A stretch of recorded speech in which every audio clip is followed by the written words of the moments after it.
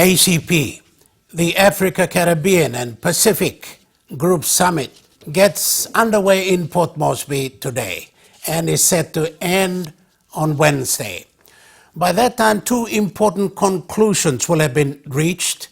One, the Waigani Communique, and two, the declaration by the heads of state.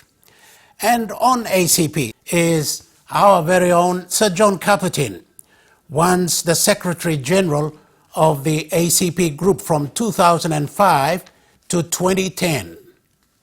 Sir John Caputin, thank you very much for coming on to the program PNG Tonight. It's a special privilege to be here for this particular interview, and I must thank you for facilitating this interview. It's a pleasure, sir. So your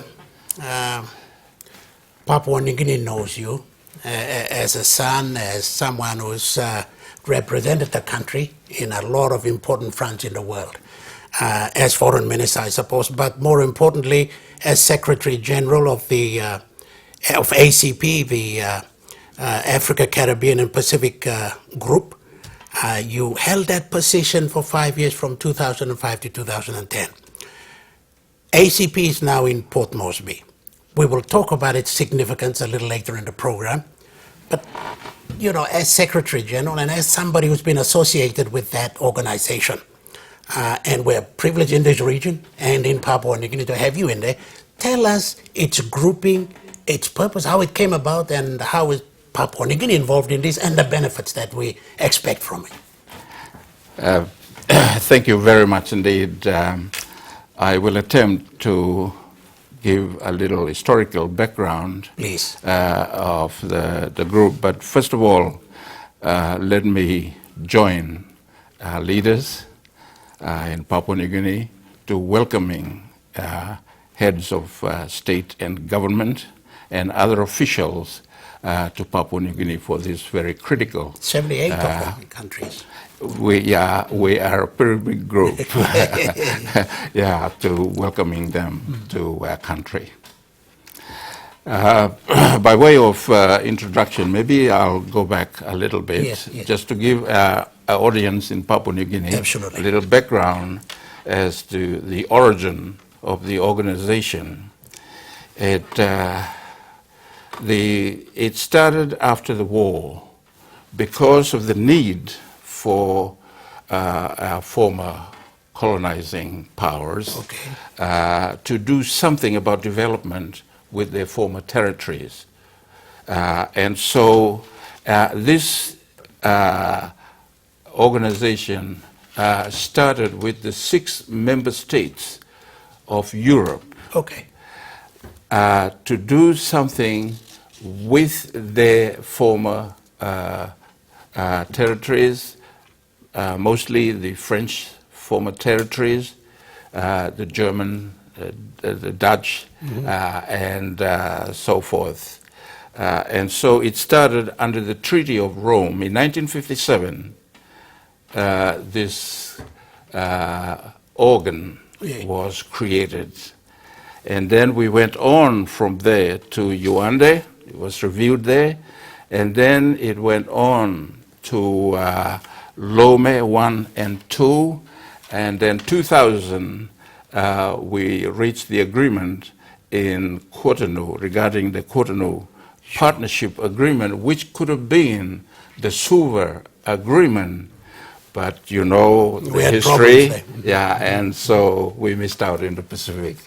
But I was appointed after following the Cotonou Agreement, which was revised in 2005 in Luxembourg, and then I was appointed as Secretary General. That was coming on the back of you being foreign minister at that time. I had been foreign minister plus other portfolios that I had held, but principally my involvement in international affairs through being foreign minister. Okay. All right, well, that's quite interesting background. Now that we have it in Port Moresby, in Papua New Guinea, give us the significance of that. What do we expect? Heads of state and government in the meeting in Malabo in Equatorial Guinea in 2012, Yeah. set up a committee of distinguished and eminent leaders to prepare for this summit. You were an observer there? I was an observer there. I was invited to be there and was an observer there. But as you know, in 2020, Cotonou will cease to exist. Okay. So what is the way for the future after 2020? That is now the business on the agenda of our heads of state and government to determine a way forward. And as you know, the theme of this particular summit, is repositioning the ACP group to face the challenges of the future. Okay, okay. So this is a critical meeting for our group, and I must emphasize the need for solidarity and unity among our group if we are to stand up as a group. And when you say as a group in this region, is it or ACP in general? Both in the region as a component of the ACP, right, but largely speaking about the ACP, the Africa, Caribbean, and Pacific groups. Okay. Yeah. Today it is the meeting of foreign ministers. Tomorrow is there's another, that's the big one. And the next day, tell us all those days. Today, the first meeting this morning was for foreign ministers, and then later other ministers joined their colleagues to prepare the agenda for heads of state, which starts tomorrow. Mm-hmm. And there will be two important documents to come out of this summit. The first, if I may, is the community, what they call the Waigani communique, right, following the meeting here, and then, of course, the second one, and more importantly, the declaration by heads of state and government. Okay, and that will have something to do with coming to the end of the APEC, the ACP agreement now, and going on to the new one. The declaration will have something to do with that. They will include what they have decided of the way forward. This is a very, very important meeting for us. Okay. Yeah, not only in the Pacific, we face many issues here, nationally in Papua New Guinea, but in the Pacific as a group, one of the major problems that we face is one of climate change and the effect on small island states. Yes, yes. Okay, and going on from there, I mean, the leaders who are here, and you've got Robert Mugabe, other big names, particularly Robert Mugabe, him being here in person, the significance of that. I think, if I may say, this President Mugabe has been a very, very strong supporter of the group. Yeah. Of Zimbabwe, I mean, I didn't say that yet. From Zimbabwe, yeah.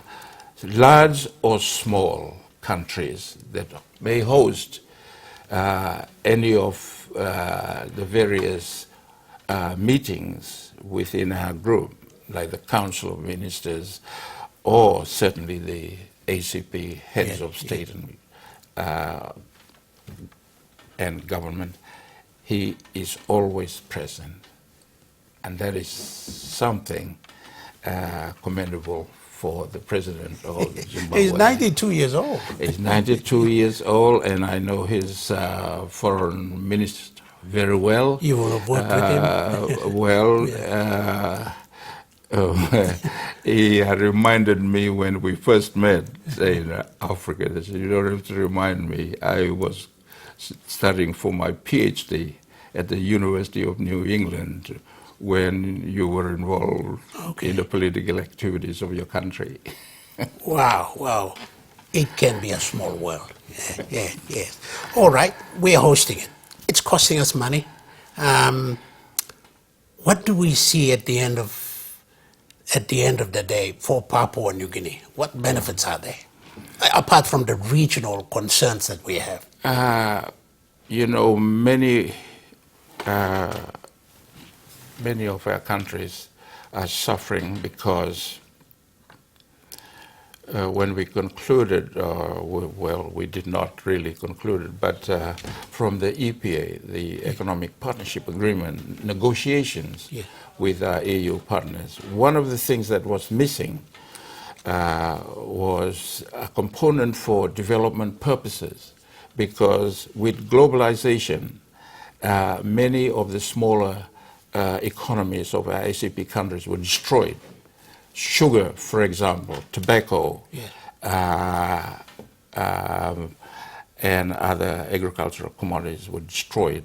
You look at some of the Caribbean countries in Africa, Mali, Burkina Faso, or some of the other countries, we had problems with our economies because the production in those crops or agricultural product completely destroyed. Okay. If I may just quote St. Kitts and Nevis, they had a production of around about 20 to 30,000 tons of sugar, which they had been developing for over 150 years. Wow. It went with a stroke of pen.